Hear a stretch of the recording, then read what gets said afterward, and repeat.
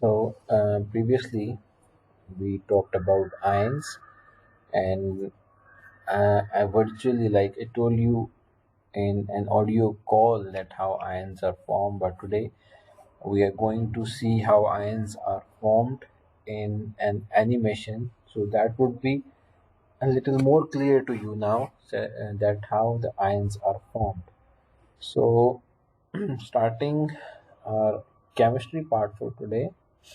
So this is how an atom looks like, and if you can just, like, if I take it a little back, so this atom, it has six electrons, and as I have told you that a stable atom has a filled uh, shell, and a filled shell has eight electrons, as shown in this figure on the right side. The shell number two, this is shell number one, this is shell number two.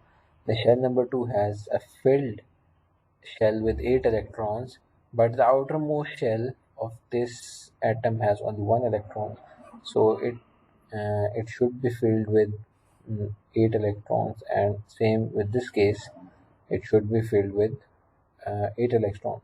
So just see what happens, if what are the opportunities, how we can fill these shells. So if this atom gains two electrons, so the outermost shell would be complete, and if this atom, if it loses one electron, so again the outermost shell would have been completed. So if an atom loses an electron, because an electron is a negatively charged particle, so when an atom loses an electron, so when a negative charge is reduced, the resultant is a positive charge, and if an atom receives an electron, the resultant is a negatively charged atom. So as electron has a negative charge, so if electron is removed, it would create a positive charge, and it would create a negative charge if an electron is gained. So in this example, there was an atom, it had two electrons in the outermost shell, so it lost the two electrons. So when it lost the two electrons, it became positively charged, and the positively charged ions are known as cations. In the second example, this is just to, like, uh, memorize. In the second example, this atom, it had initially it had six electrons in the outermost shell, so it accepted two electrons, and when it accepted two electrons, it became negatively charged, and the negatively charged ions are known as the anions. So now we are going to talk about some examples. Sodium has two electrons in the first shell. The second shell is complete with eight electrons, and in the third shell there is just one single electron. So if sodium, this is known as a valence, or the outermost shell, or the valence electron. If sodium, it lose that electron, a single electron, so there would be a positive charge, positive one charge on sodium, so that would be a sodium ion now. So sodium atom has been converted into sodium ion by just losing an electron, so we can write it as Na positive. So in case of oxygen, there are two electrons in the first shell and six electrons in the second shell, and as I have told you, there two, for a stable outermost shell there must be eight electrons in it. So there is, like, oxygen can accept two more electrons to have a complete or a stable outermost shell. So if two electrons are added into the oxygen atom like this, so it would be an oxide ion now, and it would have a charge of -2, because two electrons are being added to the outermost shell. So we can write it as O-2. So in both cases, now initially it had six electrons in the outermost shell, and sodium has three shells. Sodium had three shells with one electron in the outermost shell.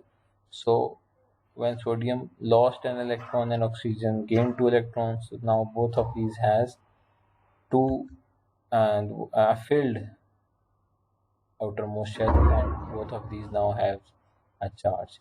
So noble gases basically have already they have a complete outermost shell. All of the noble gases. This is an example of neon. Neon has already a complete uh, outermost shell, so the noble gases cannot form any kind of ions. This is the group 8. So here is a challenge. Let's just skip this. It wants us to draw the structure for calcium and chloride ions. So in calcium there are two electrons in the first shell. The second shell is completed with 8 electrons. The third shell is completed with 8 electrons. But the fourth shell has 2 electrons. So to have a complete outermost shell, it can either accept 6 electrons or it can lose 2 electrons. So gaining an electron or losing an electron, like it requires some energy.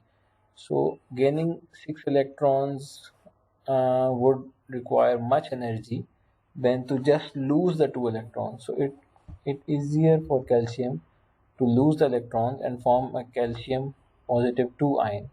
In case of chlorine, it can either lose all of these 7 electrons in outermost shell, or it can just accept 1 electron so that the outermost shell is complete. So when it accepts electron, the chlorine atom is changed to a chloride ion. So the atomic configuration after losing and after accepting the electrons for both of them is same now. So this is an this is a similar structure. Only I'm talking about the electrons, not about the nucleus, because the nucleus of every element is different from the other. So nucleus of argon would obviously different from the calcium or the chloride ion, but the electronic shell structure or the electronic configuration of a calcium ion, a chloride ion, and an argon atom would be same.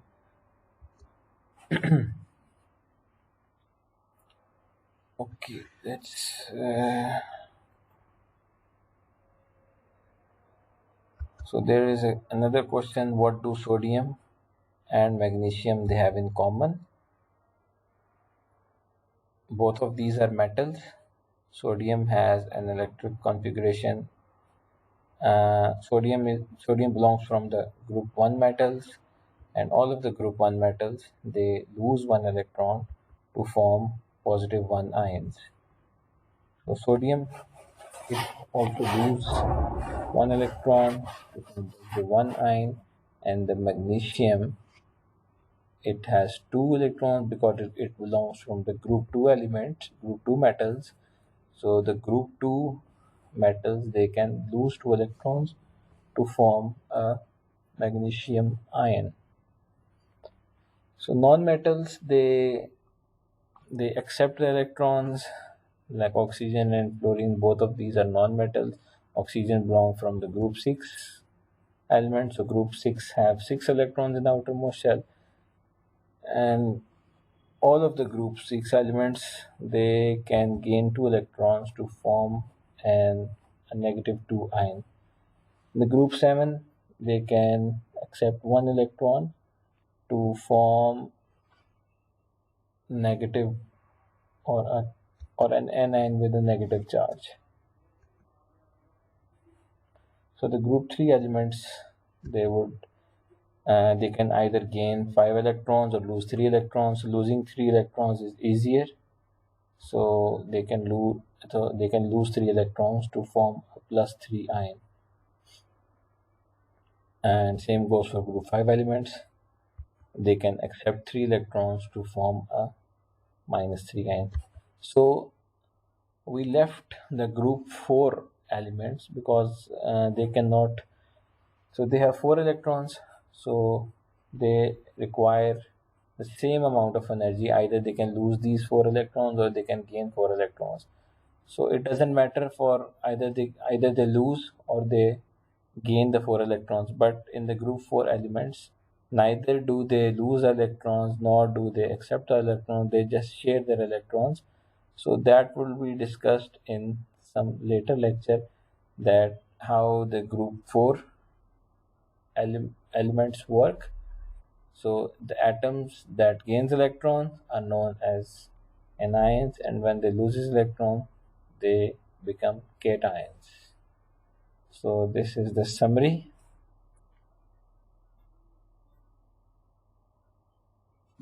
That's